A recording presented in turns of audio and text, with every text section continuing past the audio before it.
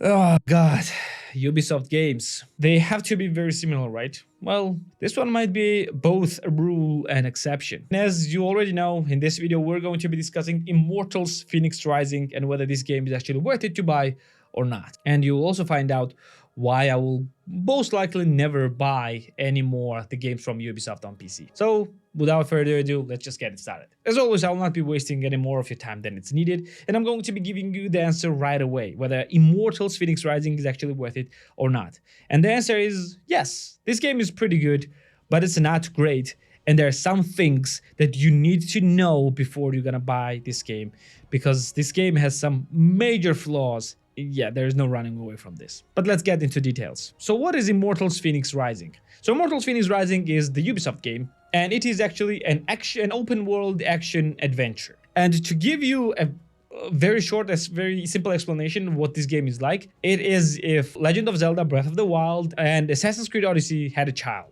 This game is exactly that. The game is happening in ancient mythological Greece, and you're playing as Phoenix. And yes, this is player-created character. You can actually be male or female, or you can have any look that you want. And the short story of this game is this. And don't worry, this is not a major spoiler. Everything that I'll tell you right now is literally revealed within the first 5 minutes of the game. So Tython, the ancient, well, I guess Titan, is free now, and he wants to destroy all the gods and, well, entire world with it. And he is succeeding. He basically defeated all the gods and stripped their essences, well, basically took their power off and released the monsters all over the Greece. Almost every single human have been turned into stone, and Zeus is going to Prometheus, who is chained on a mountain by his order, that he need help to fight with Tython. And well, Prometheus says that the only one who will defeat the Tython will be the mortals.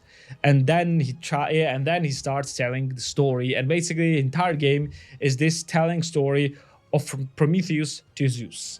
And yeah, this is basically that. And this is literally the story. Prometheus is actually giving you comments on everything, telling you, oh, and the Phoenix went to here and did this. And Zeus is making comments on this. And you are going to be hearing this like almost every single time, whatever you do in the game. And yeah, characters are very, well, childish and humorous and kind of funny, sometimes annoying. But yeah, what about the gameplay? It's a third-person action adventure, and well, you're playing with the regular things, your light weapons, which is your sword, your heavy weapons, which is your large axe, with your bow, and you're also dabbling with some magic, and that's basically it. Your full goal of the game is to find all the missing gods and give them their powers back to, well, go and fight the Tython. And each and every god has their own respective region, which you need to unlock, and then you want to find these depowered gods, talk to them, and then find a way to power them up. That's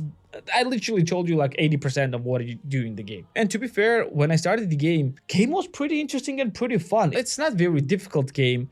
The combat is pretty interesting. Enemies are, well, pretty fun to fight with, and there are a bunch of puzzles in the game. The game is literally full of puzzles that you can actually do in open world, or you can go into instances, which are like gates of Tartarus, and you can do the additional puzzle right there. You unlock different weapons, you unlock different armors, you unlock different variants of the same armor, you unlock different skins, you also can tame different mounts, you also have wings, basically, which is used for gliding and used into different attacks. And well, each and every god has their own distinct region. And when I started playing this game, for first 30 hours, I was enjoying this game pretty much, and it was pretty interesting and pretty fun. But after these 30 hours, the game suddenly became a chore for me. And there is a reason for that. This is a Ubisoft game. And if you have played any Ubisoft games in the past, well, I don't know, 10 years, you know how full of content this game is. And by content, I mean full of filler content. When you open the maps and when you just survey the maps, and by the way, you need to survey the maps, you need to actually look at the things that you actually want to do in order to find whether there is something there or not. Basically, you need to survey the map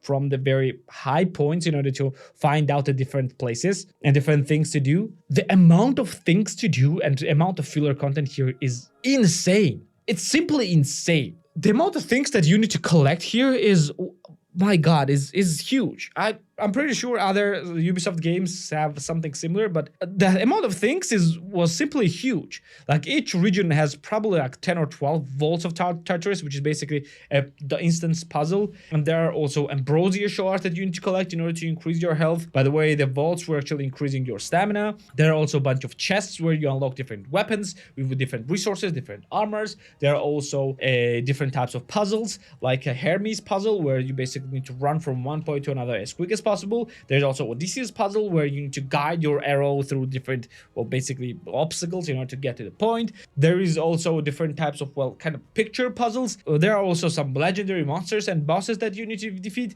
and even within those things, there are a bunch of different varieties. As an example, there's like 4 or 5 different types of chests that you need to unlock. And there is also constellation puzzles. And there's so many things, so many small things, that it is, well, insane how many things that you need to do in order to actually complete the game. And if you are a completionist and if you like to do everything that game is throwing at you, you are gonna hate this very quickly. But for me, there was a reason why I went for 30 hours in this game. And the reason is that I actually haven't played any of the big Ubisoft games for a really, really long time. The last big one that I actually played was Assassin's Creed 4, the OG, the very old big Ubisoft games. Since then, many Assassin's Creed and many Far Cry's came out, and I was not burned out with all this collection thing. But here, boy, it was insane. For the first 30 hours, I was not burned out just because of that. But then when I actually finally unlocked the last region, the boredom suddenly hit me, and I just chored through the rest of the game. Even though the story is pretty fun, the combat is pretty fun, the amount of things that you need to do actually to become stronger is insanely huge, and you need to do a lot of things if you're playing on a higher difficulty in order to progress, because the enemies don't just increase in strength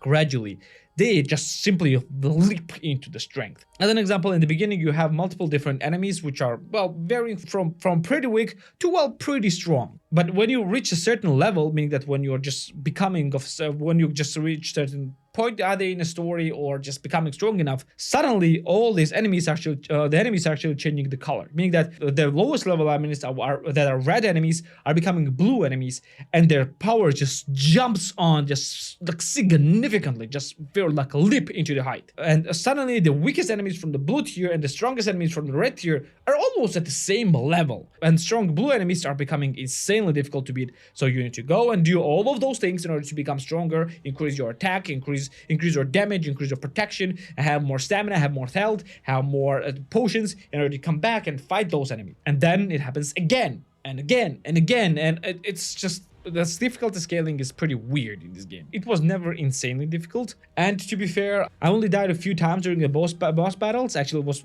playing on hard, not on very hard, to be fair. It was still pretty weird to see this difficulty scaling. But as always, the question is this: is this game actually worth to buy or not? Now, the game is actually not available on Steam. Game is available on Epic Game Store, and it's also available on Xbox and on PS4 and on PlayStation. And I actually bought this game on PC, on Epic Game Store, and then bought on Xbox. I actually have the Gold Edition on PC and the regular edition on Xbox. And, well, pricing wise, it's difficult to say what prices that you can get, but you can actually get for tier 1 countries, the price of the base game can go as low as $15, and I think at the moment of the recording is actually $15 on Xbox, both on Xbox and on PC. And for tier 2 countries, it can even go lower than $10. And I actually got a gold edition of the game on PC for $18 only. But yeah, forget about the gold edition. Let's talk about the base game, whether it's actually worth it or not. To be fair, for $15, it's a pretty good game.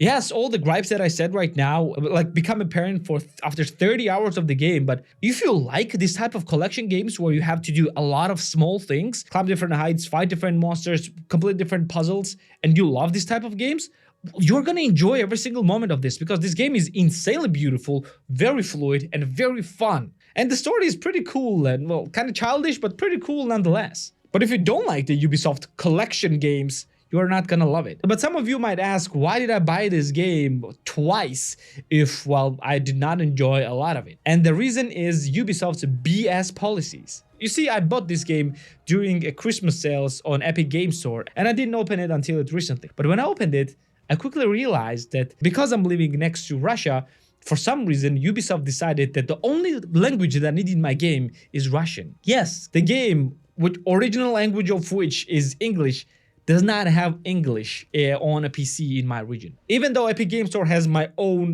regional store, because of Ubisoft Connect's BS, Ubisoft just decided that, well, you must be Russian and just you must speak Russian in order to play this game, which I refuse to do so. Not because I don't speak Russian, I actually do, but assuming that I must speak Russian, it's kind of not the thing that I appreciate. And plus, the Russian translation of the game is not that great. So I had to buy it on Xbox. And on Xbox, I just played in English. So that was the reason I bought this game twice. But the good thing that I discovered from this predicament of mine is that you can actually send the saves between the console and PC. You can actually play on PC, save the game, and then send it on a console and just continue playing on the console and vice versa. And because I have Gold Edition on my PC with all the DLCs, non-Gold Edition on my Xbox, I completed my game on Xbox and I can continue playing DLCs on my PC, which I probably will not do because, yeah, this is not a review of a DLC just yet. But yes, you can actually do that. Overall, let's get into verdict. Is this game worth it or not? Well, for the first 30 hours, I actually thoroughly enjoyed myself. I enjoyed every single second of it, so I was actually excited to get on my Xbox and play this game. It was simply fun, but burnout for me happened